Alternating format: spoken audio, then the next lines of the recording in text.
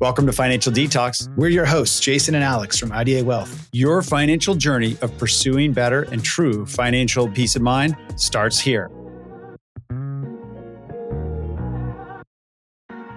Today, we are going to be talking about private debt and private credit. This is a big headline right now, but we're not sure if it's headline newsworthy or if it's just noise. We brought on a special guest today, Todd Trabocco, who is joining us from StepStone, and we're going to unpack this so you can understand how private markets can work in your portfolio, specifically private credit and debt. I'm Jason Labrum. This is Financial Detox. Thanks for tuning in. As always, we got Alex Klingensmith in studio, co-host of Financial Detox. Alex, welcome. Thank you. And Todd, welcome to the show. Thanks for coming on Financial Detox. Thanks for having me, man. Always up for a detox of any kind. There you go. We got to, if it's not a health detox, we get financially detoxified. No better time and no better thing to be talking about than private credit. We are big allocators to alternative investments and private investments. We think that it's an important part of a portfolio for every client. Endowments and institutions have long had these asset classes. They have historically performed better than most retail investors when you look at broad comparisons. And Todd, this is your area of expertise. You're a Jedi in this space. So we're stoked to have you. Todd, tell us a little bit about you, what you do, and how you can help our audience become smarter investors in understanding private credit and debt. Yeah, so I started in private credit in 2005. I was running an underwriting effort for one of the first private credit firms in the country, but I was a lender starting in 1995. And there's a tremendous synergy and a lot of overlap between lending money traditionally and private credit. Private debt, you said also, those two words are interchangeable. For the record, what is not interchangeable is private credit and direct lending. Direct lending is really what most people have exposure to, and those terms tend to get conflated, erroneously so. Private credit has many, many different strategies. You know, I like to say that private credit is a mansion, and direct lending might be the largest room in that mansion, the ballroom, whatever. But there's a lot of rooms, and there's a lot of different strategies. And I'll even go so far as to say that in the alternative space, private credit is probably the only asset class that has a sub-strategy that can be deployed into to hedge the other strategies. And that's distressed debt or distressed credit, which is counter-cyclical and takes advantage of market dislocations. I don't think the same can be said with as much confidence about private equity or venture capital or perhaps hedge funds. Maybe, yeah, you can include them in there. But I think that that's a differentiator of private credit. And the reason why I decided to commit my career to private credit, which I think would be important to your listeners, is what I saw during the GFC from 05 to 14 when I was at a credit fund. And I'm not allowed to state the returns because I'm just not allowed to for regulatory and compliance purposes. But suffice it to say that we returned consistently 05, 06, 07, 08. In 09, we saw a modest reduction in return, cash coupon to our investors. And then in 2010, we went back to where we were pre-GFC. So a very brief and very minor interruption to income. Now, if you guys remember 2008, you've been around for 28 years, you remember it. 401ks returning into 201ks, people were panicking. And that has a real psychological effect on people, right? Yeah, I mean, you can't spend the way you wanted to spend. You can't contribute to your kid's retirement account if you're retired. You have to take capital from one place to another. It's very, very stressful.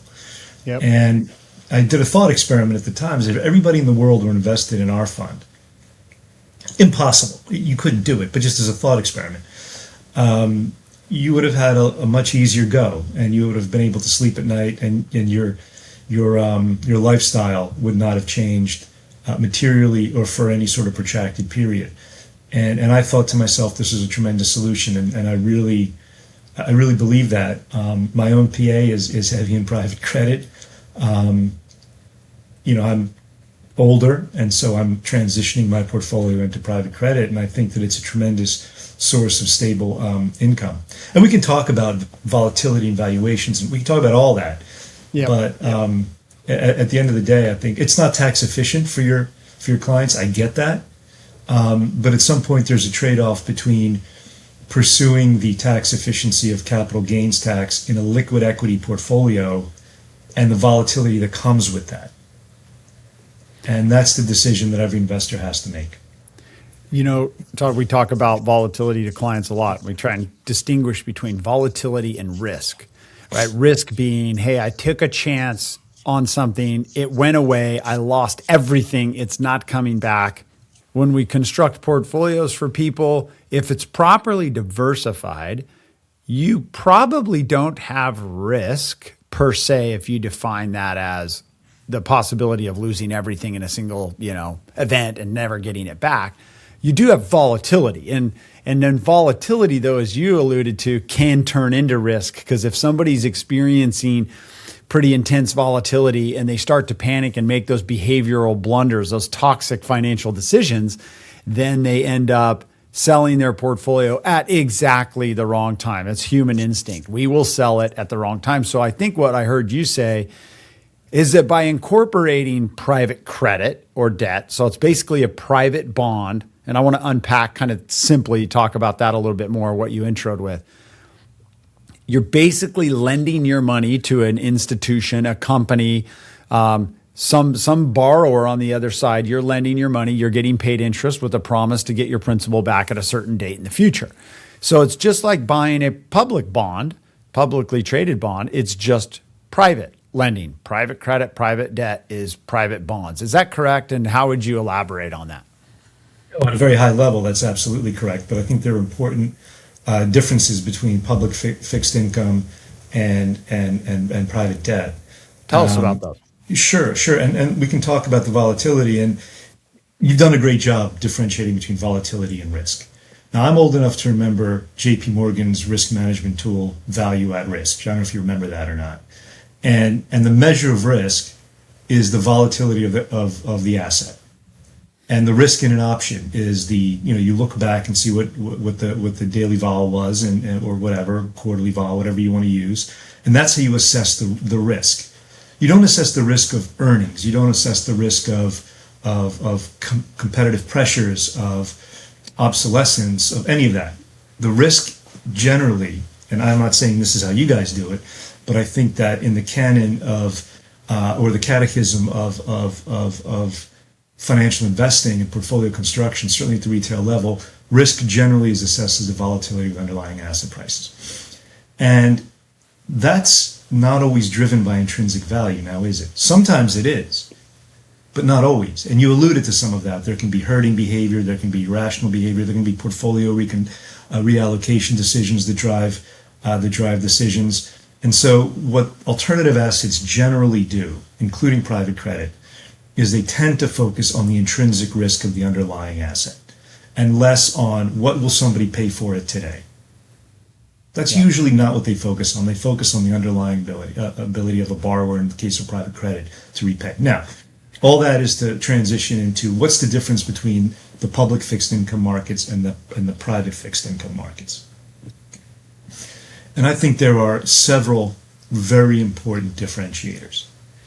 And I'm going to refer first to private equity because that is the longer tenured, more familiar alternative asset class than private credit to your investors and to many people. And I'll ask you this. What does private equity do that public equity does not? What conundrum, what disconnection does private equity overcome that is inherent in public equity? That's a pop quiz for us. It's a pop quiz, guys. I love it. I'll go first so I can look dumb so you don't have to, Jason. Okay. I think the way that I've come to understand it is the liquidity premium would be so liquidity would be one thing. It prevents people from the panic behavior because it's not a conundrum. It's not a conundrum. There's a conundrum. Yeah. There's a disconnect. Oh. Shoot. Defer to Jason. I think you're probably leaning towards the fact that when you look at a private lending situation, companies that need capital used to be able to go to banks for this capital, for expansion, for acquisitions, and that was hard to get in public markets. Let's talk about private equity. You guys must own NVIDIA, Apple, sure. Alphabet. Yep.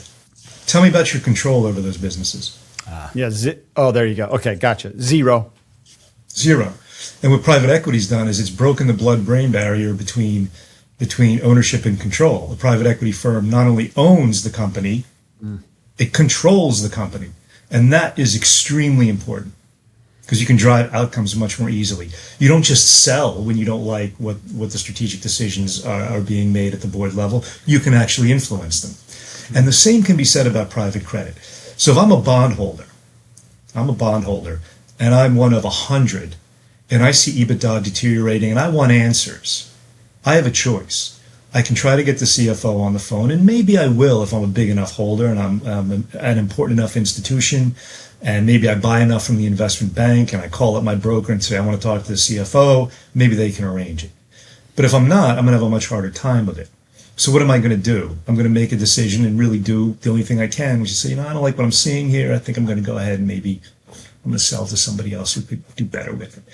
You don't have that in private credit. In private credit, the CFO has to pick up the call, has to answer your call.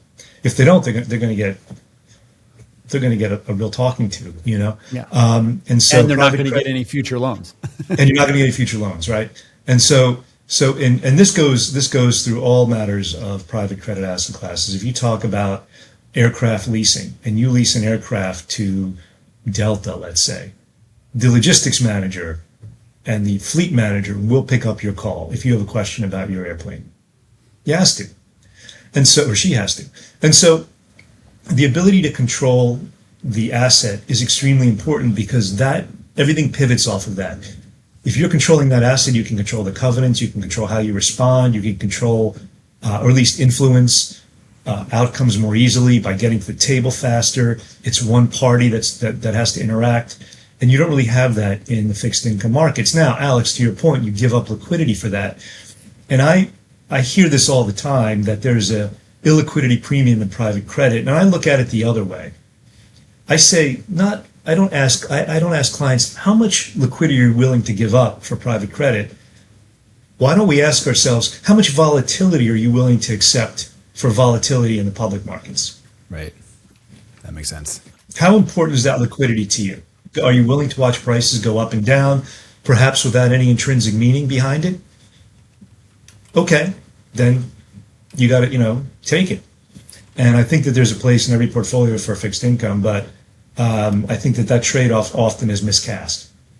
That is an awesome, Todd, just a really good differentiator that, of course, we know about, but I think we need to do a better job talking to clients about that when we're explaining the advantages of alternative investments. We oftentimes compare retail investors don't have it, endowments and institutions do, the smart money does. We talk about portfolio diversification. We talk about expected returns and expected volatility. But we've often left out of the conversation that super important point you just made about having control over that, not just being one of 1,000 or one of 10,000 lenders to a company, but being the lender to the company with a direct line to them. And maybe that can dovetail us into when you talk about, I'm going to call them private bonds, if that's okay. Can I do that? Is that fair? Because I think the retail investors understand private stocks, private bonds, public stocks, public bonds. So private bonds, when you get to go lend to these institutions, this has become very pervasive across the industry because and bigger than it ever was 15 years ago because of changing in regs, right? And basically due to the credit crisis. Tell us just a little bit about that. I mean, the growth, is it sustainable? Is it here to stay? Do the banks eventually come back and say, hey, we want this business. It's good business. We're missing out on it. The common wisdom is that banks just don't want to lend. And I don't think that's entirely true. I think they've always wanted to lend. And I've published on this, but I'll give you one indicator of why I think that's true. Have you heard of the Senior Loan Officer Survey published by the Federal Reserve on a quarterly basis? Nope. Of course not. You guys aren't credit geeks like I am. You don't wait for that to come getting out. geeks on this call, on this show. This is awesome. Well, the next one's coming out in July. Check it out. They ask a bunch of different, they survey the senior loan officers in Fed regulated banks, and they ask a bunch of different questions. Maybe they're asking about AI and SaaS now, but they always ask one question, at least one question, which is, are you tightening credit standards or are you loosening credit standards? And they take a survey, and anything above zero, they're tightening credit standards, anything below zero, and you can get this on the Fed website too, anything below zero, they're lowering credit standards. Now, if you want to not lend, you're going to tighten credit standards, right? Yeah. If you do want to lend, you're going to loosen credit standards, right? If you look at the loan officer survey, you just get it up on Fred, the longest sustained period of loosening credit standards in federally regulated banks in the history of this survey started in 2010 and ran until COVID, during the rise of private credit. So I think that private credit has grown so much because it's a much more elegant and workable solution. First, in direct lending, which tends to finance private equity LBOs. That's really the locomotive that at the head of the private credit train. That's where all the big allocations came in first. And I think the reason why that is before the invention of what is now known as the unitranche. To do an LBO, you have to call up PNC Bank or Comerica Bank or any regular bank, and then you have to call up a mezzanine fund, and then you have to get the two of those parties to talk to each other. What private credit figured out was that they could take down the whole tranche. They could do the whole thing, what the banks would do and what the mezz lenders would do.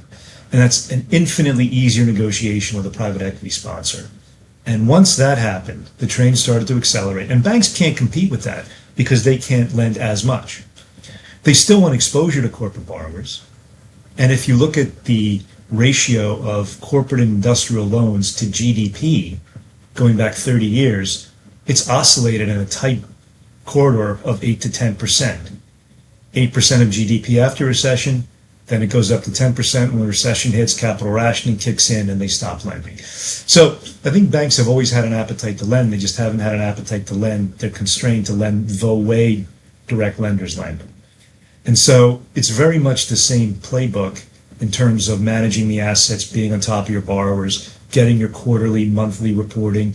You have better transparency, as a direct lender than you do probably as a bondholder, because you're only getting quarterly reports that are filed by the SEC under SEC regulations every quarter. So you're saying that the credit is mostly used for a private equity company. So I'm going to go in and buy SpaceX, be a big purchase, but let's say it's private. SpaceX is not public yet. And I'm going to go buy SpaceX because I'm a private equity company and I like that business, but I'm going to need capital to buy that business. So I'm going to go to private bonds or private credit to get that from somebody like StepStone or Carlyle or Cliffwater or whoever. That's right. And the only difference is that, and again, I don't want to conflate private credit and direct lending. LBO financings are the biggest part of direct lending, which is but one room in the private credit mansion. Yeah. There's private credit extends to, as I said, aircraft leasing, equipment leasing, residential mortgages, all kinds of stuff. Yeah, when we talk about the distinction of asset-backed lending, that gets into the aircraft or the mortgage or something that there's literally an asset there to help back up the loan. Where if I'm in a leveraged buyout, or which basically means borrowing money to buy a company, there's the asset, I guess, is the company. Would you call that asset-backed too? So technically, you would have, if you were a skilled direct lender, you had good documents, you would have all the assets of the company. If the company is a forging business in Indiana, you would have a lien on all of the property, plant, and equipment. You'd have the building if they owned it. You would have the machinery. You'd have the equipment, the stampers. You'd have the furnaces. That would all be your lien. If it's a business services company, if it's an RIA or a wealth advisor, you wouldn't have as many assets. You would have a stock pledge, which would enable you, in the event of a default, to actually take ownership of the company, to foreclose. So there's always an asset, but it's deemed less of an asset-based strategy because in true asset-based finance, you either own the asset outright, like an airplane, where you don't have to, it's yours. If there's a default, you can take it back. You actually get, airplane lessors actually get paid in bankruptcy when general creditors don't, under a term known as the assumption or rejection of leases under the bankruptcy code. Todd, I've got a question for you, more for the retail investor too. This mansion you speak of, where do you see the mansion going next, and how relevant is it in a client's diversified portfolio, like the asset class specifically? Like where has it been, and where is it now, and where is it going in terms of like how people should think about it as an investment asset class? Yeah, look, I think that the specifically with the retail wave, I think retail investors became interested in private credit during COVID, because many of the interval funds and other vehicles that were private credit oriented, and there were some interval funds that had a lot of liquid stuff in there, so this doesn't apply to them. But they saw that their returns didn't really change very much, and they saw the volatility was fairly stable, and their coupon was stable as well. And so I think that, and that was mainly direct lending. I think what retail investors will come to learn is that direct lending is primarily corporate risk, and that's fine, right?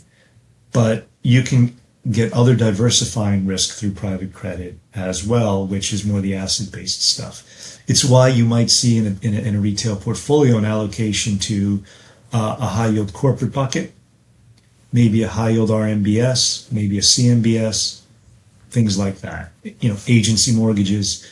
You're going to have those different assets with different underlying risks. And I think that's, Alex, to your point, I think as private credit evolves across all, and we see this in the institutional space, it will come to investors will come to throw their arms around not just the corporate risk of direct lending, but also the different diversifying risks that are out there, just like they do in the public fixed income markets. Let's get down and dirty for a second and we'll wrap this up in a few minutes, but down and dirty and talk about some of these intricate things that people need to be aware of. Maybe if you're a retail investor, you just need to know your advisor knows this. But PIK, let's talk about PIK. P-I-K is a term used in this that I think the more I study this and we invest in it over the years, that becomes a pretty good indicator of bad loans in a portfolio in a private credit manager. Does it? Is that a fair statement, Todd, or no? Well, I think, and maybe describe PIK first too. Sure. So PIK stands for payment in kind, and what that means is if a borrower has a hard time meeting its interest payment for whatever reason, it could be a bad reason. Hey man, our synergies didn't materialize the way we thought they would, and we're not getting the wins we thought we would, or the revenue, we're not driving it, and so we're over levered. We need a little break. Could be something good. Could be the forger in Indiana that wants to add another furnace, but doesn't have the capex available and needs a little bit of help. Could be to buy a competitor. So there's different reasons. And what happens is the lender doesn't collect the interest in cash. The interest component that is picked or paid in kind is added to the balance of the loan. And then the balance of the loan goes from $100 to maybe $103. And then the borrower owes interest on the 103, not on the 100. So from an IRR perspective on a spreadsheet, you should come out whole. It's the same. It should be indifferent. The thing to know about PIK is it can be good, it can be bad. It's just one tile in the mosaic. Yeah. It's something good to look out for. If you see rising PIK, then you should ask some questions. Yeah. This asset class was all but not available to retail investors 10 years ago. It pretty much wasn't available unless you went out and did hard money loans, right? That was available, but that's right. So now it is. And you look to these different fund structures that make this available. And we have firsthand seen the damage that can be done when you have retail advisors giving retail clients a ticker to go buy something that they don't even understand that there is some illiquidity. And the advisor may brush off, it's quarterly illiquidity, but leaving the client to believe that they can totally get 100% of their money every quarter, no matter what, which is not the case, right? So you have this thing called gating, which is what's happening right now as the signal versus the noise, the headline noise around potential issues, probably predicated mostly upon SaaS and the companies that have been lent to. But the gates and now some of these funds, you can't get your money back, or you're only getting a portion of your redemption. You try to redeem your $100, you're getting $20 back. How do we help retail investors understand that this, when you buy this, you got to be patient. This is a longer term investment and you can get some money back, but you may not get it all back right away, right? There is illiquidity. Yeah. So I don't like the term gating. Yeah. I don't like the term gating because it conjures up bad memories of hedge funds. If you have a 6-month CD and you want to get your money out in month 3 and they say no, are you gated? I don't know. I leave that to you and your listeners. I think that the number one thing to take away is this, and I don't know how these products are sold. I have in the past sold these products and I've tried to be as transparent as possible. Underwrite this to you can get 5% a quarter out of these vehicles. That's it. Yeah. That's it. Anything above that is gravy. View this as a 5-year deposit. Yeah, good point. Declining over time. That's how I would view this. What's tricky about that is it's 5% of the total fund value. So if I am an investor, if I invest $100,000, are you saying to assume I can get $5,000 a quarter out? I think yes. I think that's mathematically correct. Yeah, exactly right. And then, which is true, because even if there's huge redemptions, you're going to end up getting 5% or more, probably more like 20% or whatnot. But at least selling it to that or explaining that to clients that know that this could potentially take you then 20 years to get all your money back out at 5% a year. No, sorry, it's 5% a quarter. A quarter, correct. Okay, so 5 a quarter. So now we're talking 20 a year. So you're 5 years. 5 years. 5 years. Which I remember, Todd, you saying that you're older. You're not that old, by the way, buddy. I think you were saying basically it's an income play. This is a really strong, stable, reliable income source. So it aligns with those goals, anyways, right? 100%. And so just a quick nuance here. So there are 2 vehicles that are there's probably at least 3, but 2 that need to be aware of: interval funds and BDCs, business development corporations, the private ones. The BDC 5% redemption quarterly is not required by regulation. Yep. But with interval funds, it is. Yep. So that's number 1. Number 2, this is long term. If you need money to buy that second home, and you need money to put away for your kid's 529, I wouldn't look to these vehicles, to private credit, as a source of liquidity. I would look to it as a long-term source of income. Think of it as a rental property. Yep. Right? Think of it as a rental property. You're long-term, you're in it. Maybe you can get out when you want to sell. Maybe you don't like the price and you have to hold it for longer, but you're still getting your rental income. I would look at it that way. Yeah, that's a really good point. So there's ways to get this asset class in your portfolio. I think it's pretty irrefutable that it's going to help adjust your risk return profile by adding this diversified asset class. And would you say then in general that right now the noise around SaaS, is there real risk embedded in this asset class in general, given the cliff water redemptions and the word you don't like, gating? Or is it more kind of noise in a couple articles written by people who really don't understand the space? I think there's a lot of alarmism, and I think that it's unfairly targeted at private credit. Now, that the concerns over SaaS may be legitimate. Yeah. Okay. We just don't know how it's going to shake out. But I think targeting private credit is unfair. And I don't want to sound like a baby, but here's why I say that. Remember, in direct lending, which is where the biggest SaaS exposure is, the lender sits senior in priority.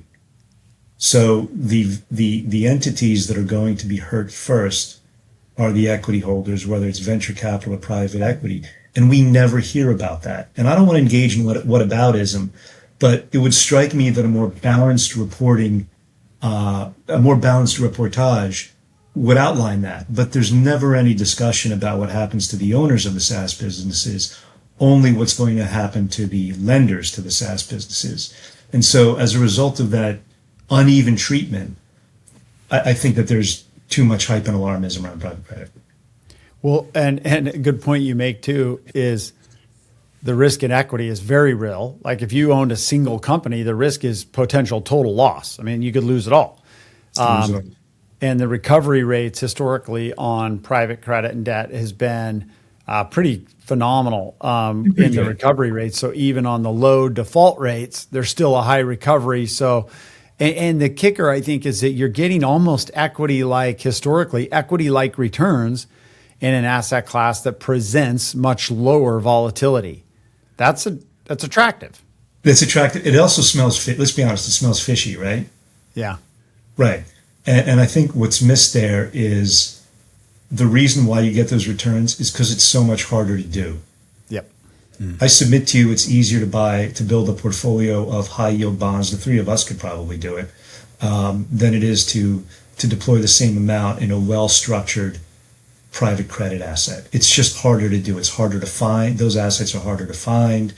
They're harder to structure. You have to know the borrowers. You have to due diligence the borrowers. You have to due diligence your collateral or whatever's backing up the loan. I mean, this is an inefficient marketplace compared to publicly traded stocks and bonds are still maybe not perfectly efficient, but really quite efficient. Absolutely. If you're a bond fund manager, the assets will find you because all the big brokerage houses, when they bring something to market, will call you to tell you what's coming. No one's calling it. Well, private equity sponsors will call you if you have a good relationship with them, but they only work with a handful of lenders. Yeah. It's not the same as coming off of a syndicate desk for a loan or for a BSL or a high yield bond, broadly syndicated loan or a bond. And so it's harder to do. And that's where that premium comes from. There's no voodoo. It's just harder to do. Yep.